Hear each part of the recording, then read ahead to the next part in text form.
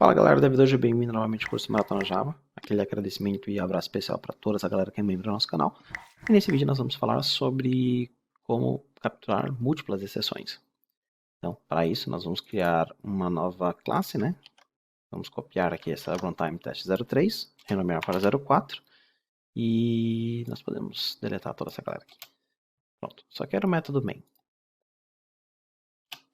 Bom que no começo a gente vai fazendo tudo direitinho, depois dá uma preguiça, Ctrl+C, Ctrl+V. E é assim na vida real também. Bom, vamos imaginar a seguinte situação. Existem casos onde um método ele vai lançar mais de uma exceção. Então, por exemplo, vocês ainda não sabem, vocês não conhecem Spring, mas o Spring, praticamente todos os outros frameworks que trabalham com web, eles têm protocolos, né, que vão retornar exceções, né, e tem um status, né.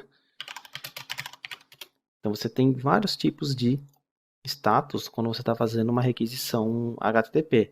Tem da casa dos 100, 200, 300, 400, 500 e assim por diante. Então você tem vários desses status, né? E às vezes, baseado no status que você recebe, você quer trabalhar de uma forma diferente. Então, por exemplo, sucesso, geralmente é o caso feliz, né? Mas a parte do 400, né, que é erro da parte do cliente, e a parte do servidor, que são da família do 500, são típicas exceções que você pode capturar no seu cat. Mas, tipo assim, se você tem um erro 400, significa que é o cliente que fez alguma coisa errada. Você quer tratar de uma forma. Se você tem um erro 500, significa que é o servidor que não está funcionando corretamente. Então, é uma outra forma de tratar. Então, existem casos onde você vai ter múltiplas exceções e isso é só um pequeno exemplo. Como é que a gente faz para tratar esse cara? Bom, muito simples. Só você colocar múltiplos catches. Então, por exemplo, você tem, imagina que você tem uma exceção aqui, array index out of bound exception. Então, você captura essa exceção. E aqui dentro vamos colocar só um salt aqui, né?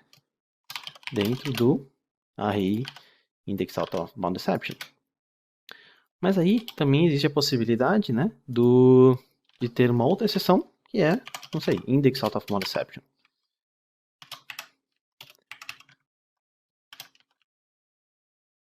Então imagina cada um desses system out println está tratando de uma forma diferente essa exceção.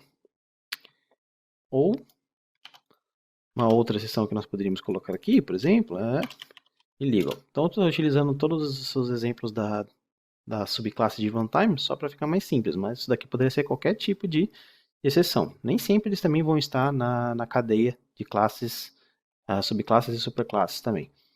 E outra aqui, por exemplo, pode ser arithmetic exception. Bom, então, como você pode ver, né, a gente pode tratar várias exceções, né, mas tem algumas regrinhas.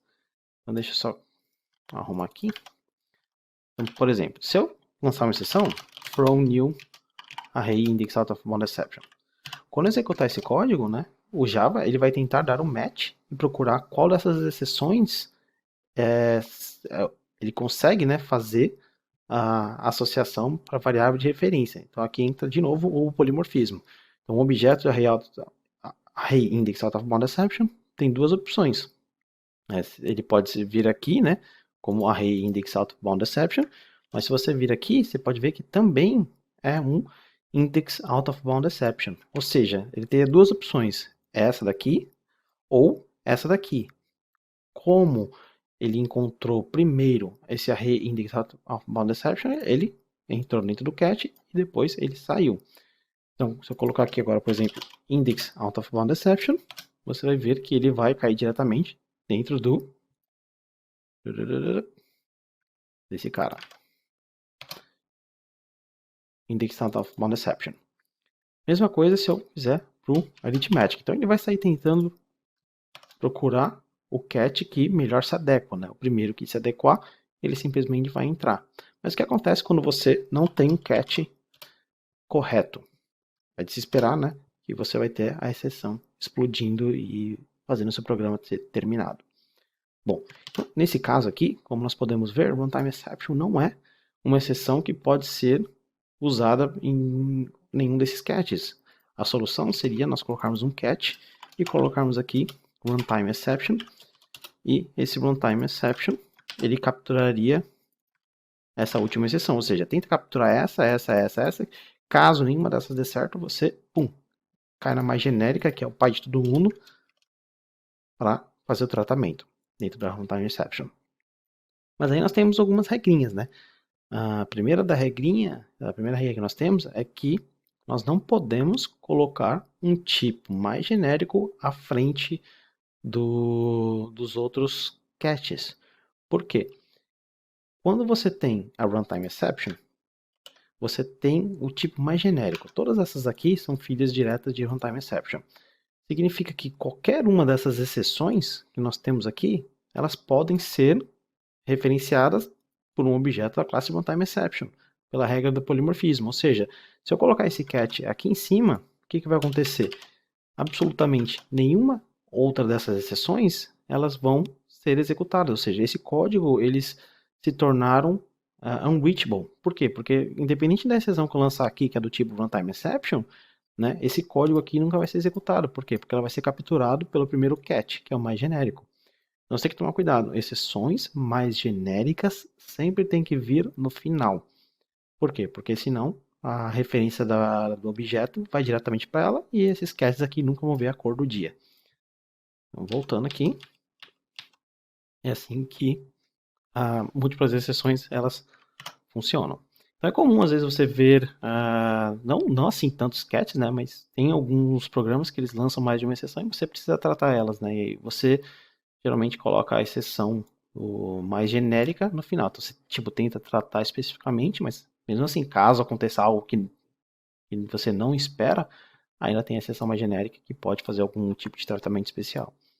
Isso funciona também para as classes de filhas de exception, né? Então, por exemplo, a gente pode criar aqui private static void talvez lance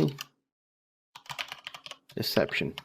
Então, por exemplo, digamos que nós temos aqui throws, digamos que esse código ele pode lançar ou SQL exception e, vocês já não viram, mas você pode colocar várias exceções separadas por vírgula, file not find exception. Então são duas exceções, ambas exceções do tipo checked, ou seja, elas são filhas de exception, mas elas não estão na mesma linha de herança. Ou seja, file not found exception e SQL exception, eles não são parte da mesma linha de herança, significa que nós não podemos colocar ela, por exemplo, nessa ordem. Não importa a ordem, né, que você vai colocar, porque elas nunca vão ser, você não pode utilizar por polimorfismo. Então, por exemplo, se eu fizer aqui, né, try, na verdade eu vou só escrever aqui, vou chamar o método talvez nessa exceção, né, ele vai falar, olha, você precisa fazer o tratamento das exceções do tipo checked. Nós temos duas exceções não tratadas, né, você pode escrever aqui um try, mas você tem que tomar cuidado, por quê? Porque se você colocar só SQL exception, nós vamos ter ainda uma exceção. Por quê? Porque existe a outra, que é uma checked exception, que não está sendo tratada. Então você teria que colocar aqui catch file not find exception. Aí sim o seu código ele começa a compilar. Você também pode utilizar a regra de polimorfismo, né? Em vez de capturar file not find exception, você pode capturar IO exception, que é a exceção mais genérica na linha de sucessão da file not found exception. É o pai de file not exception, IO exception. Ou você pode criar um exception. Aí entra a mesma regra, né? Como a exception é filha de exception, não tem motivo para você colocar aqui. Já está te dizendo, forçando você a remover, senão o código não compila. E aqui nós não precisamos tratar as duas separadamente. Por quê? Porque independente da exceção que você lançar, exception vai ser capaz de capturar aquele objeto e fazer referência aqui para essa variável i. Bom, então basicamente é assim que funciona, né? Você poderia até fazer dessa forma, você apertar Alt Enter aqui, você tem a opção de colocar Surround with Try Catch, mas é bom a gente escrever as primeiras vezes, né? E a gente pode acostumar. Depois que a gente acostuma, a gente começa a pegar atalhos. Bom, mas no geral, essa era o assunto que eu queria falar na aula de hoje. Vamos dar continuidade no próximo vídeo. Vejo vocês lá. Até mais.